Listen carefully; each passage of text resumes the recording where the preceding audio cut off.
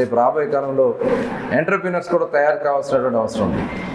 ఇక్కడ చదువుకుంటున్నారు, ఇక్కడి నుంచి జాబ్ లేక వేరే ప్రాంతాలకు వెళ్తున్నారు. రేపు రాబోయే కాలంలో 100% జాబ్లు మచిలీపట్నం ఈ పరిసర ప్రాంతాల్లో మన కృష్ణా జిల్లాలోనే ఎంప్లాయీస్గా మళ్ళీ మన వాళ్ళు ఇక్కడే ఉద్యోగాలు చేసుకుండా చేయాలనే లక్ష్యంతో ఇవాళ మేమందరం కూడా పనిచేస్తూ ఉన్నాం.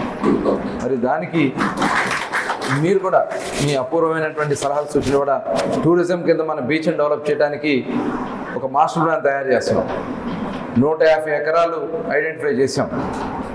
దానికి సర్వే నెంబర్ లేదు, ఎందుకంటే లాస్ట్ 2000 మీకు గుర్తుంటుంది, మనం 14-19లో బీచ్కి వెళ్తే అక్కడంతా ఇంటర్నల్ కొంత ఇన్ఫ్రాస్ట్రక్చర్ డెవలప్ చేసాం, బీచ్ ఫెస్టివల్ కండక్ట్ చేసాం. లక్షలాది మంది ఆ రోజు వచ్చారు, కానీ 5 సంవత్సరాలు పూర్తిగా వదిలేశారు. తిరిగి మళ్ళీ దాన్ని మొన్ననే డిపిఆర్ తయారు చేసాం. కేంద్ర ప్రభుత్వాన్ని ఆ నివేదిక ఇచ్చి వాళ్ళ దగ్గర నుంచి అప్రూవల్ తెచ్చుకోవడానికి దాదాపు 150 కోట్ల రూపాయలతో అడుగుతూ జరుగుతుంది. చాలామంది పీపీపీలో వచ్చి ఇక్కడ మేము చేస్తామని వస్తూ ఉన్నారు. కాబట్టి రాబోయే 5 సంవత్సరాలు మన తీర ప్రాంతం, ముఖ్యంగా పెడన మచిలీపట్నం తీర ప్రాంతాల్లో ఉద్యోగ ఉపాధి అవకాశాలు కల్పించడానికి మేము చేస్తున్నటువంటి కృషికి మీరు కూడా సపోర్ట్ చేస్తే డెఫినెట్గా మనం భవిష్యత్ తరాలకి ఒక అద్భుతమైనటువంటి ఏదైతే మనం వెళ్ళిపోయినటువంటి పూర్వ వైభవాన్ని మళ్ళీ మనం తీసుకురాగలుగుతాం. మరి దానికోసం మేము అందరం కూడా ఒక ప్రణాళికాబద్ధంగా ముందుకెళ్తున్నాం.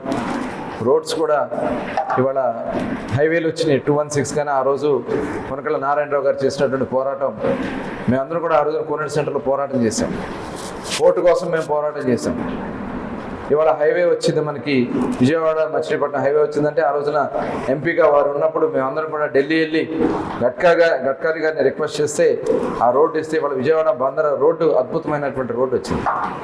మొన్ననే బాలసౌరి గారు కూడా వెళ్ళి గడ్కరీ గారిని కలిశారు. నార్థన్ రోడ్డు మనకి ఏదైతే పోర్టు దగ్గర నుంచి వయా పెడన మీదుగా వచ్చి ఈ 2 రోడ్లు కలుపుతూ అటు విజయవాడ రోడ్డు కలిసేదానికి ఒక నార్థన్ రోడ్డు వస్తుంది. అలాగే బందర్ నుంచి బీచ్ వరకు 4 లైన్ సగం అయింది, మిగతాది కూడా చేస్తున్నాం. అక్కడి నుంచి తీసుకొచ్చి బంటు మిల్లు వరకు 4 లైన్ చేయడానికి మొన్ననే మరి కాంతిలాల్ దండే గారు, మన తుమ్మిడు ఆయనే, వారు కూడా చెప్పడం జరిగింది, మీరు ఏది కావాలంటే అది పెట్టండి, నేను చేసేస్తాను. మన 2 నియోజకవర్గాల అభివృద్ధి విషయంలో మేమందరం కలిసి సమైక్యంగా పనిచేస్తామని మరొకసారి మీ అందరూ కూడా తెలియజేస్తూ, మీ అందరూ కూడా సపోర్ట్ చేసి ఏదో ఓటు కోసం వచ్చామని అనుకోవద్దు. ఇది వచ్చాను కాబట్టి మళ్ళీ ఒక సందర్భంలో మళ్ళీ వద్దాం.